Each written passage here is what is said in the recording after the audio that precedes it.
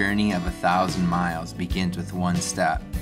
This is the story of a journey of love, of hope, and of redemption. Don't know when I will see you again. Our time flew by, we carried you away. Time will never win. My heart will not give in. This lonely heart. After many months of paperwork, we finally got a face, and it was love at first sight. Am I hopeless to believe when I can hardly? And then something amazing happened. I need you. That night, there was about 100 of us gathered together, 100 friends, and we were just meeting at a local church together. And my wife her heart was just broken that week because we had to have $9,000 for the completion of our adoption by that Friday, and this was a Tuesday night. And I just remember my friend Teresa saying, we need to take up an offering for the Millers. We need to gather our money together in any way, shape, or form and help them with this adoption.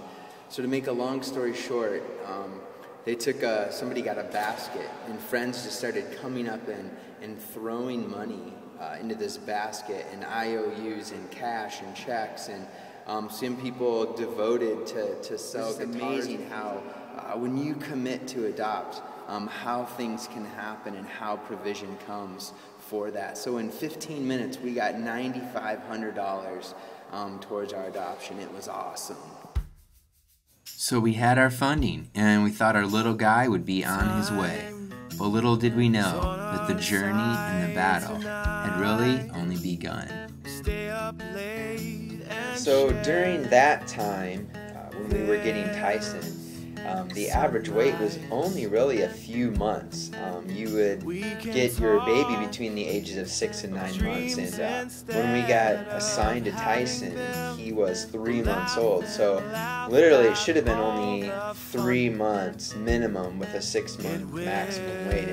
And we actually got to the point where Tyson was 9 months old, and we had been waiting past when they expected that we should have him. And so we just daily would wake up waiting for the phone call, and it's beginning to be tiring.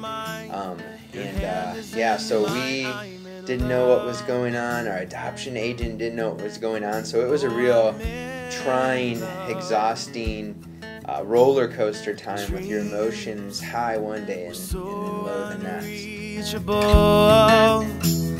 My heart feels so unbelievable. The great thing is, however, is that even though we were waiting, we weren't waiting alone. I fell for your smile. That time really stuck out to me and my wife, and really moved on us. That the Lord was really in this, and we wanted to be a part of it. And so, just during that time and their process of getting Tyson really inspired my wife and I to adopt as well. So, because of them and their raising the banner for adoption, hopefully my wife and I will be this year be adopted. The most significant way adoption has affected me really hasn't happened yet. Several years ago, when our friends were adopting their son, I was watching their emotions and how important it was, and I took it upon myself to help people remember to pray and to give towards the adoption of their son. And I really felt during that time that I was supposed to, me and my husband were supposed to adopt a child in the future. So that's why the most significant thing hasn't happened yet for us. But we're really excited and can't wait to start our own process. So we had the money, we had the paperwork, and all of us, friends, family, everyone, we were just waiting for the day we would get a call.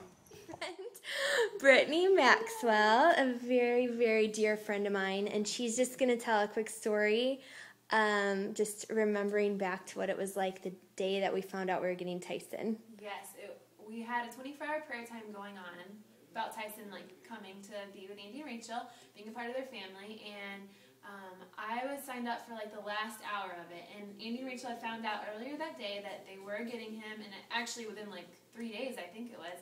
And so Rachel and I, we spent that last hour of the prayer time just celebrating, giving thanks to God, and we felt like God said that Tyson was going to have a really cheerful spirit, and we were just dancing around the room and just giving God thanks and praise, and just saying prayers over Tyson's life, that he would have that kind of spirit about him. And so if you know him, you know that's very true of him, and we're all very blessed to have him in our lives. Thanks, Brett. Now, the only thing left to do is to fly to New York and pick up our little boy. Finally, that day of waiting had arrived. Oh, there he is. Uh-oh, lady. There he is. Look at that kid. It's the new mom.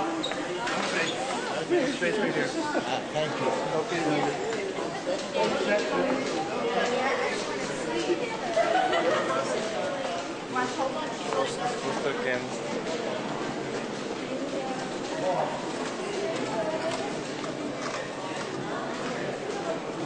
And there it is.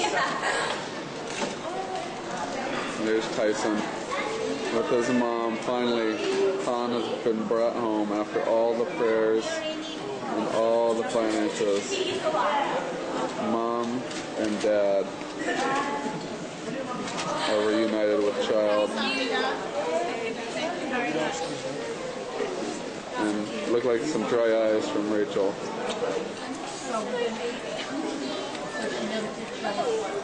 You are so cute. You are.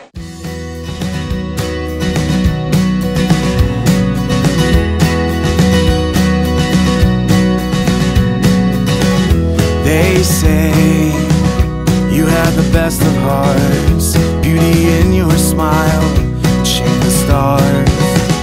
They say you always sang a song, lovely, charming, like the sweetest kiss.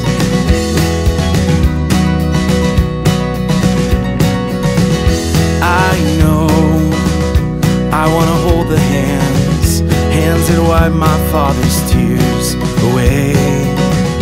I know I wanna sing those songs that chase my father's fears away.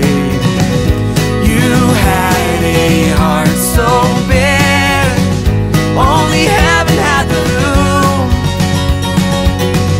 Your boy became a man, and he told us. So that's our journey. An 18-month story wrapped up into less than 10 minutes. After all that time, we saw God's faithfulness, and we saw what friends and family can do when they rally together.